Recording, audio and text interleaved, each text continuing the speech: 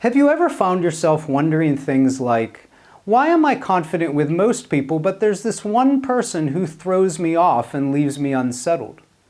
Why do I feel less than certain people? Why do I sometimes behave like a complete jerk? Well, if you resonate with any of those questions, here's one more. What is it about managing our confidence that makes it such a universal challenge?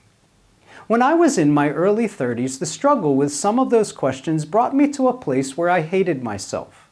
My wife's father and I started a furniture factory together. In reality, he started it with his money, and then he put me in charge. As a young man, this was a great opportunity, but it was also saturated with pressure.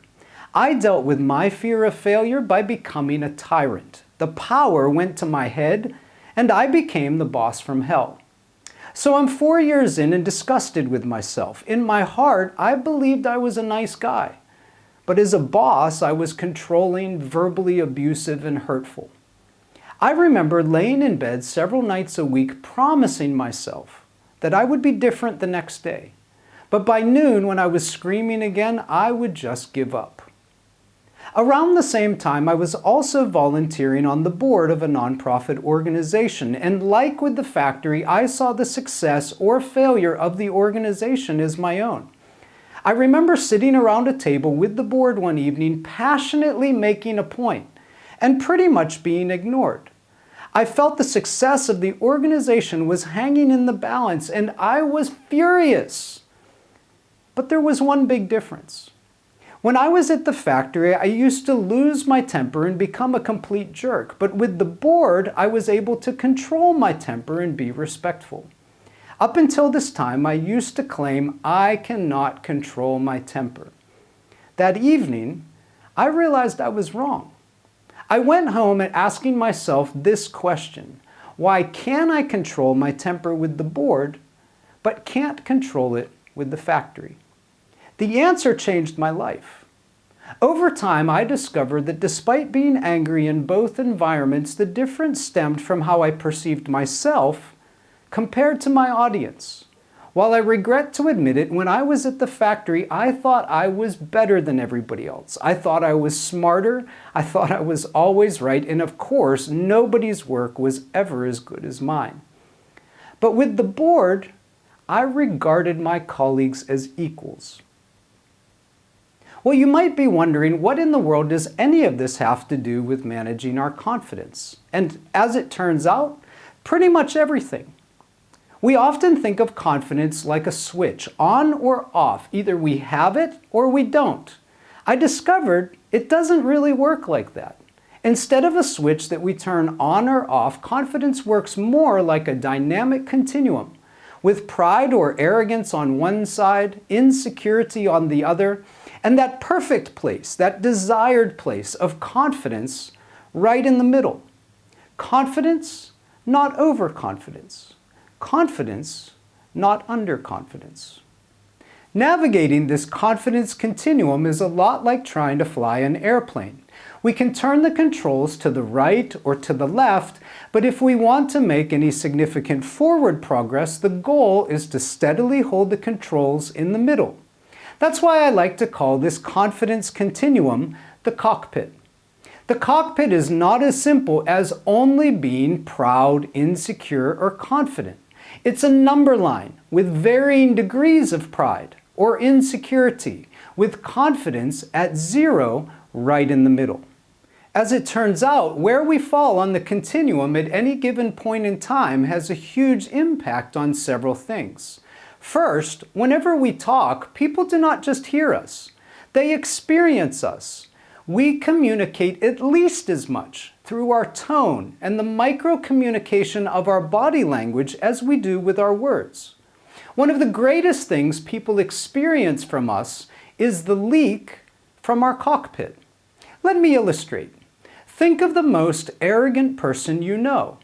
Does that person's arrogance leak out of most everything they do? The way they walk, the way they talk, their tone, their body language. How do you feel when you are with them? Take the opposite extreme. Think of the most insecure person you know. Does that person's insecurity leak out of most everything they do? Maybe they won't look you in the eye. Maybe they're a pushover. How do you feel when you are with them? Well, the same is true for us. Hopefully we're neither severely to the pride side nor severely to the insecurity side. But the fact remains that wherever our cockpit is at any given point in time, it's leaking. And other people are experiencing us and forming impressions of us on the basis of that leak. So if that's true, what does that mean for you? How do you think other people experience you? What do you think you are leaking? Do they experience you as arrogant, as insecure? And how does that make them respond? Our cockpit is also a key driver of observable behavior. My horrific behavior as a boss was not a subtle leak. It was much more than that. Observable behaviors like interrupting, being argumentative or verbally abusive, and consuming too much airtime in a conversation are often the result of a cockpit toward the pride side. Similarly, behaviors like not pushing back when we have a different opinion or regularly conceding to another person's point of view often trace back to a cockpit toward the insecurity side. So you can see there really are two things that result from our cockpit: how other people experience us from the leak of our microcommunication and tone, and much of our observable behavior. If our cockpit plays such a significant role in our behavior, how then can we manage it? It's one thing to know that our cockpit is out of balance, but how do we bring it back to the center? Remember the question I asked myself? Why can I control my temper with the board, but can't control it at the factory? And the answer: when I was at the factory, I thought I was better than everyone else. But with the board, I regarded us all as equals. Equal is the key to managing our cockpit. When we consider ourselves better than others, we think we are greater than our audience. And when we are insecure, we consider ourselves less than our audience. But when we neither think we are better nor less than our audience, we see ourselves as equal. And this simple truth is the key to the whole equation. First, we need to know where our cockpit is.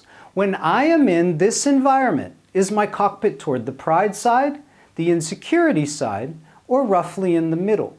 And then we need to have a conversation with ourselves to correct the deviation. If our cockpit is toward the pride side, we essentially believe that we are greater than our audience. So that conversation tends to sound something like X is equal to me. If our cockpit is toward the insecurity side, we believe that we are less than our audience. And that conversation often sounds like I am equal to X. Let me share two real-world examples. The first person I'd like to tell you about is Susan, not her real name. Susan was part of an executive leadership program I was running, and her cockpit generally leaned toward the pride side. As a result, the leak of that pride affected all of her interactions. In our first executive coaching session, Susan expressed that she wanted to change the dynamic between herself and her team. So I gave her an exercise. I said, Susan, I would like you to identify 10 people whom you think are absolute morons. Well, as you can imagine, her face lit up. She knew that was going to be easy. And then I gave her the difficult part. I said, Susan, for each of those 10 people that you think are morons, I'd like you to identify at least 3 ways that each of them are better than you. After 3 weeks, we had our next session, and Susan reported, Mike, that exercise was so difficult, but you're not going to believe this. The other day, my team came to me, and they said, Susan, what happened to you? She said, what do you mean? And they said, we don't know. You're different somehow. You're nicer. If that were not enough, even more significantly, Susan continued. She said, I went to my mother's house for lunch on Sunday, and she said the same thing. What were we doing through that exercise? Susan's cockpit leaned towards the pride side, and other people were experiencing the leak of her pride. The exercise forced her to acknowledge that other people were equal to her. And when she reflected on other people being equal, her cockpit automatically shifted back towards the center. The people in her life experienced the difference. The second person I want to tell you about is Steve. In an executive coaching call, I asked Steve what he wanted to work on. Steve said, Mike, I have a sales pitch to Mukesh Ambani tomorrow, and I need your help to prepare for the meeting. Mukesh Ambani is one of the richest men in the world. Our conversation went like this. Steve, are you ready? He said, yes, Mike. I said, okay, Steve, here it comes. Mukesh Ambani puts his pants on the same way that you do. He puts in one leg, and then he puts in the other leg. He does not miraculously appear in his trousers. What was I saying? Equal. I was suggesting that for Steve to be successful in that sales call, he was going to have to be confident. And to be confident, he had to see himself as equal. I'm very happy to share that Steve managed his cockpit the next day, and he and his company won that contract. So the name of the game when we are trying to manage our cockpit is to see ourselves and our audience as equals. Take a moment and think of someone who makes you feel insecure. What would happen if you saw yourself as equal to that person? How do you think that might change the dynamics of your relationship? The last thing I'd like to share was perhaps my biggest discovery of all. We've said that confidence works like a dynamic continuum, with pride on one side, insecurity on the other, and confidence in the middle. We've said that our confidence or our lack of confidence leaks out through our tone and the micro-communication of our body language, and that other people experience us on the basis of that leak. We've said that our cockpit is a key driver to our observable behavior. And we've said that whenever we notice our cockpit is swung to the pride side or to the insecurity side, one of the most important things that we can do to manage our confidence is to see ourselves as equal to our audience. But why? Why does our cockpit swing to one side or the other? And why does it change depending on the context? Imagine you trip and fall and you've crossed that critical angle where you know you're going to faceplant in the ground. You throw your hands up to brace yourself against the fall. I want to invite us to face a critical reality. The truth is that most of us are deeply insecure. Deep down emotionally, we feel like we are falling, and it's only natural for us to look for things to prop ourselves up. We'll call these things we prop ourselves up under crutches. Crutches are essentially the paradigms upon which we define human value.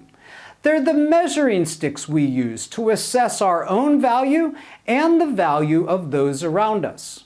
Our crutches fuel those greater than, less than conversations which drive our cockpit, and they determine which contexts impact our confidence the most. To illustrate, imagine a person props up their self-esteem on a value system of a crutch of intelligence. That crutch of intelligence will govern their cockpit. If they walk into a meeting and believe they are the smartest person in the room, their cockpit will swing to the pride side with all of the ramifications thereof. But that same person can walk across the hall to their next meeting, believe they are not the smartest person in the room, and become deeply insecure. The cockpit can swing in a matter of seconds. What's interesting about crutches is that they are unique to the individual. Some of us prop up our self-esteem with knowledge or IQ, some with our wealth or our income, some with productivity, physical fitness, our positions of hierarchy, our relative spirituality, and so on. Crutches originate from at least 3 places: our personality type, our family of origin, and even our traumatic experiences. From my observations, people have at least 3 crutches, but it's not uncommon to have 6 or 7. So as we go deeper, can you identify at least one of your crutches? It will be one of the value systems you use to evaluate your and others' worth. It will be the reason you get proud or insecure and the lens through which you judge other people. Each of us have a unique set of crutches that we use to determine our value and the value of others. When we believe that we are better than our audience in the paradigm of those crutches, our cockpit will swing to the pride side. That pride will display itself through our observable behavior and through our leak. People will experience us and respond accordingly. When we believe that we're less than our audience in the paradigm of those same crutches, our cockpit will swing to the insecurity side. We will display insecure behaviors and leak that insecurity. People will experience us and respond accordingly. So as I close, let me ask you, how do people experience you? What crutches deep inside of you cause you to see yourself as less than or greater than others? When we are able to go to that level, we will not only have confidence, we will have confidence at the core.